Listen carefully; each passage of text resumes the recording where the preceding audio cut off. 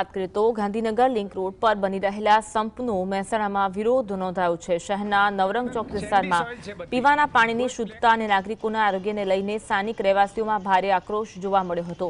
પીવાના પાણીના પ્લાન્ટની બિલકુલ નજીક મ્યુનિસિપાલિટી દ્વારા ગટર અને ડ્રેનેજ ટ્રીટમેન્ટ પ્લાન્ટ બનાવવાની કામગીરી સાથે હજારો લોકોએ થાળી અને વેલણ વગાડી અનોખો અને ઉગ્ર વિરોધ પ્રદર્શિત કર્યો।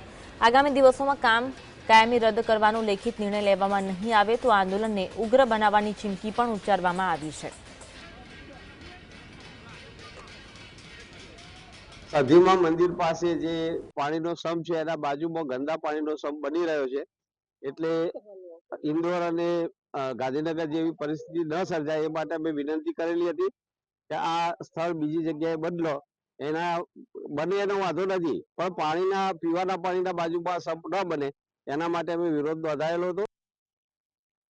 બાજુમાં જ 2 ટ્યુબવેલો છે, 50 લાખ લીટરનો સંપ છે, એટલે જો ભવિષ્યમાં કન્ટામિનેશન થશે બંને પાણીનું તો રોગચાળાની પૂરી ભીતિ રહેશે।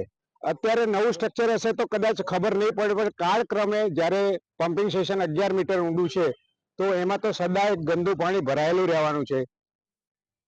ભવિષ્યમાં કોઈ ઘટના ઇન્દોર જેવી કે ગાંધીનગર જેવી ઘટે તો લગભગ 30 થી 35 હજાર લોકોને જોખમ ઊભું થશે અને 5 વર્ષે કે 10 વર્ષે જનસંખ્યા વધતી જાય તો ઘણા બધા લોકોના આરોગ્ય સાથે આપણે ખિલવાડ કરી રહ્યા છીએ એવું પુરવાર થઈ રહ્યું છે। એટલે અમે કમિશનરશ્રીને કીધું હતું કે ભૂગર્ભ પમ્પિંગ સ્ટેશન બનાવો, વાંધો નથી, પણ એ પ્રિમાઇસીસમાં ના બનાવો, ક્યાંક બીજે બનાવો। આટલી જ વાત છે, તંત્ર અમારી વાત કેમ સાંભળતું